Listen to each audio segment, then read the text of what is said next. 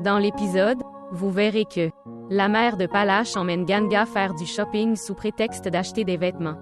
Pendant qu'il parcourt diverses tenues, elle mentionne avec désinvolture qu'elle a trouvé une fille pour Palash et qu'ils sont en train de lui choisir des vêtements. Ganga est surpris lorsque la mère de Palash insiste sur son opinion, demandant à Ganga de choisir les vêtements. Surpris, Ganga se demande pourquoi sa préférence compte autant dans cette situation. Pendant ce temps, à la maison, Sagar entre dans la chambre de Janvi et est choqué de trouver son corps sans vie suspendu au plafond. Accablé par le chagrin et la panique, il abaisse précipitamment son corps. Abasourdi et dévasté, il trébuche en bas, où Madhvi, Raja et Dadi attendent avec impatience. Ils sentent que quelque chose ne va vraiment pas et demandent à plusieurs reprises à Sagar ce qui s'est passé. Cependant, Sagar est tellement secoué qu'il a du mal à trouver les mots. Finalement, il parvient à dire que Janvi s'est suicidé. La nouvelle frappe tout le monde comme un coup de foudre et tout le monde fond en larmes. Raja, en état de choc, demande à tout le monde de ne pas toucher le corps jusqu'à l'arrivée de la police. Alors que le reste de la famille est rongé par le chagrin, Sagar est assis tranquillement à côté du corps de Janvi, complètement engourdi et perdu dans son chagrin. De l'autre côté de la ville, Palash, sa mère et Ganga rendent visite à un bijoutier pour acheter une bague pour la fille que Palash est censé épouser. Au magasin, la mère de Palash s'écarte et encourage Palash à dire à Ganga ce qu'il ressent, croyant que c'est le bon moment.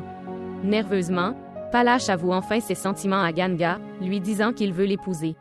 Ganga, cependant, est surpris et devient visiblement en colère. Elle rappelle sévèrement à Palash qu'elle n'aime que Sagar et ne peut pas croire qu'il puisse penser autrement.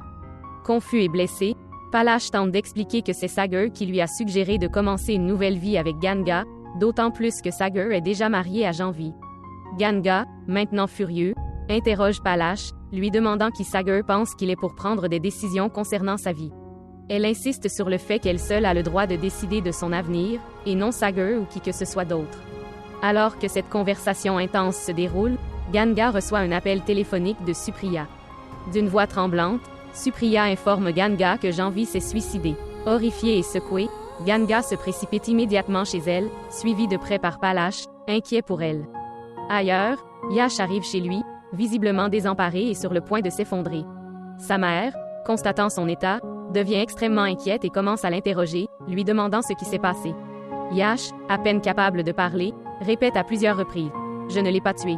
Je ne l'ai pas fait. » Sa mère, encore plus inquiète, exige de savoir de qui il parle. Finalement, Yash laisse échapper que Janvi est morte et explique tout ce qui s'est passé. Sa mère, réalisant la gravité de la situation, fond en larmes. Lorsque Ganga rentre chez elle et voit le corps sans vie de Janvi, elle est submergée par le chagrin et se met à pleurer de manière incontrôlable. Sagar, en voyant Ganga, court vers elle et, dans un flot d'émotions, l'embrasse étroitement, fondant en larmes alors qu'ils pleurent ensemble la perte tragique.